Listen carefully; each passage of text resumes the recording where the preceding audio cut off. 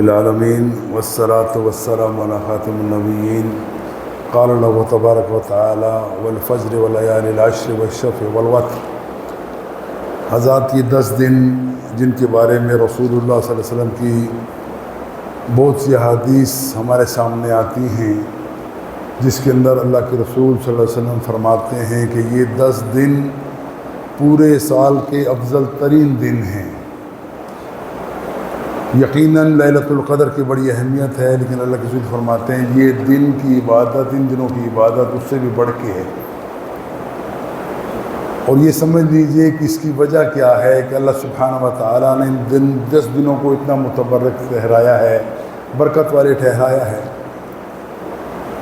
اس کی وجہ یہ ہے کہ ابراہیم علیہ السلام جو اللہ سبحانہ و تعالیٰ کے خلیل تھے، ان کی پوری زندگی قربانیوں کے اوپر مرقع ہے۔ پوری زندگی کے اندر آزمائشیں ہیں، مختلف قسم کے اللہ سبحانہ و تعالیٰ کے اوپر آزمائشیں آتی ہیں۔ جان کی آزمائش ہے، بیٹے کی آزمائش ہے، مال کی آزمائش ہے، اپنے علاقے کو چھوڑنے کی آزمائش ہے۔ لیکن یہ عظیم انسان ہر گنجائش کے اوپر پورا اترتا ہے۔ ایک سوال پیدا ہوتا ہے کہ ابراہیم علیہ السلام اللہ سبحانہ و تعالیٰ کے فرستادہ تھے، اللہ تعالیٰ نے ان کو چنا تھا، نبوت عطا کی تھی اور بڑا اعلیٰ رتبہ دیا تھا، پھر آزمائش کیوں؟ سمجھ لیجئے، جان لیجئے، قرآن کے اندر جتنے بھی نبیوں کا تذکرہ ہے، جو نبیوں کی امتوں کے اوپر جو حالات گزرے ہیں، جن نبیوں نے جتنی قربانیاں دی ہیں، قربانیوں کا لمبا چوڑا سلسلہ ہے، کس کا تذکرہ کیا جائے۔ نبیوں کے اوپر ایسے آزمائش کے وقت آئے کہ نبیوں کی جان کے اندر کچھ بھی نہ رہا۔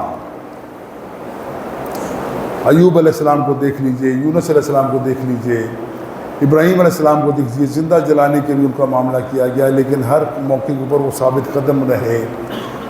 یہ صرف میرے اور آپ کے لیے تھا، تاکہ اے لوگوں سمجھ جاؤ، ایسا نہ ہو تم سمجھو کہ تم پہ بڑا مشکل وقت ہے، تم پورا نہیں کر سکتے، توحید پہ چلنا بڑا مشکل ہے، شرک و بدعات کا غلبہ ہے ہر طرف، تم چل نہیں سکتے۔ دیکھو اس سے پہلے نبیوں نے کیسی قربانیاں دی، کس طریقے سے اپنی امتوں کے اندر سامنے کھڑے ہو کر ہر وقت اللہ سبحانہ و تعالیٰ کی عظمت کا اظہار کیا، اللہ تعالیٰ کے کلمے کو ہمیشہ بلند کیا۔ اس لیے ہمارے لیے بتایا گیا کہ یاد رکھو اس سے پہلے بھی نبیوں کے اوپر آزمائشیں آئی ہیں۔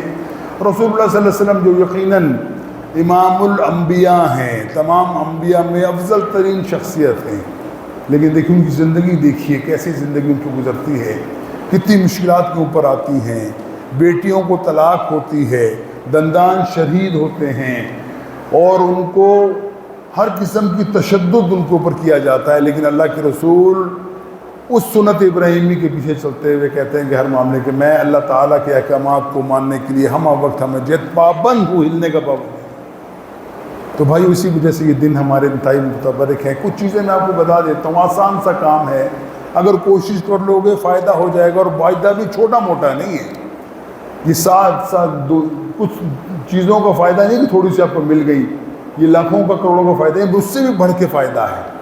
یاد رکھو ان دنوں کے اندر اپنے آپ کو پابند کر لو، جیسے ہم رمضان میں پابند کر دیتے ہیں اپنے آپ کو پابند کر لو کہ ہماری زبان سے کوئی لغو بات نہ نکلے، ہمارا ٹائم فضول چیزوں میں ضائع نہ ہو۔ عادت بن چکی ہے لوگوں کی، ہمیشہ موبائل لے کے اس کو کھڑے لگے رہتے ہیں۔ ان 10 دنوں کے لیے بچ جاؤ، فحش چیزوں سے دیکھنے سے انکار کر دو، اپنی زبان کو ہر وقت اللہ کے ذکر سے معطر رکھو۔ مسجد میں آتے ہو 10 منٹ پہلے آ جاؤ، تحیۃ المسجد پڑھ کے بیٹھو مت، بلکہ نوافل پڑھتے چلے جاؤ، جتنے پڑھ سکتے ہو پڑھو، 2 پڑھو، 4 پڑھو، 6 پڑھو، 8 پڑھو، پڑھتے چلے جاؤ، تمہارا فائدہ ہی فائدہ ہے کہ ان کا اگر آپ ضرب دو گے تو بہت زیادہ تعداد نکل آئے گی، جو آپ کی نیکیاں آپ کے ذمہ لکھی جائیں گی۔ صبح شام اپنی زندگی کے اندر یہ تہیہ کر لو کہ ہم نے اللہ تعالیٰ کا ذکر ہمیشہ کرنا ہے۔ بہت سی مشہور ایسی چیزیں ہیں اللہ کے رسول نے فرمائی ہیں، اس کے اوپر کیا جائے بڑا وہ اس کا اجر ہے۔ مختصر سے 1-2 چیزیں میں آپ کو بتا دیتا ہوں۔ سبحان اللہ و بحمدہ، سبحان اللہ العظیم، یہ ایسے کلمے ہیں انتہائی شان والے ہیں، وزن میں کم ہیں، عظمت میں بہت زیادہ ہیں، اللہ تعالیٰ کو بہت محبوب ہیں۔ ان کو اگر کیا جائے گا تو اللہ تعالیٰ بڑی آپ کی زندگی کے اندر تبدیلی لے آئے گا۔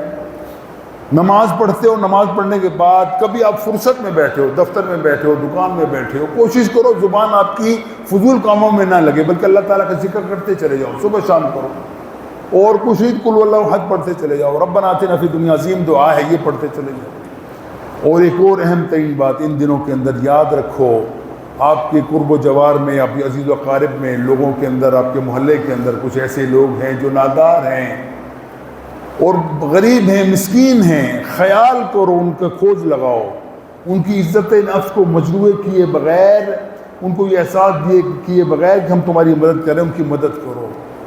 کسی کو اگر کسی خوراک کی ضرورت ہے خوراک پہنچاؤ، کسی اور چیز کی ضرورت ہے کھوج پہنچاؤ، اپنے بچوں کے لیے بہترین پوشاک بناتے ہو تم ان کے لیے بھی خیال کرو، ان کے لیے بھی بناؤ۔ اور یاد رکھو جو پروفیشنل پیشہ ور فقیر ہیں ان کو بالکل دینا بند کر دو۔ یہ ہمارے یہاں موسیقی بنی ہوئی باہر کھڑے تو 50 آپ کو لوگ آپ کو مل جاتے ہیں، اور خاص طور میں ایک ذکر کرنا چاہوں گا، یہاں پہ ہمارے مسجدوں میں عموماً لوگ آتا ہے، ایک بندہ آئے گا بڑا اچھے کپڑے پہنے ہوئے، ساتھ چھوٹی بچی اٹھائی ہے، وہ اپنا ڈرامہ بیان کر دے گا، میں نے یہ کیا وہ کیا، میری مدد کرو، لوگ کر دیتے ہیں۔ بھائیو میں نے خود یہ تجربہ کیا کہ ایسا معاملہ ہوا، ایک لڑکا بندہ یہاں پہ بزرگ آدمی ہے، بڑا شریف آدمی بزرگ لگتا تھا، اس کے بچے تھے، میں نے کہا کیا ہوا، بولے ایسا معاملہ ہے، ہم نے اس کی مدد کی، پتہ چلا سارا ڈرامہ اٹھائیں گے۔ تو ایسے لوگوں سے بچنے جائے، جن کو جانتے ہیں ان کو ضرور دو، ان کے پوچھے بغیر دو، ان کی سوال کیے بغیر آپ ان کو دو گے تو اللہ سبحانہ تعالیٰ ہر چیز تمہیں عطا کرنے پہ قادر، اللہ تمہیں دے گا۔ اللہ سے دعا ہے کہ اللہ ان 11-10 دنوں کو ہمارے لیے قیمتی بنا دے۔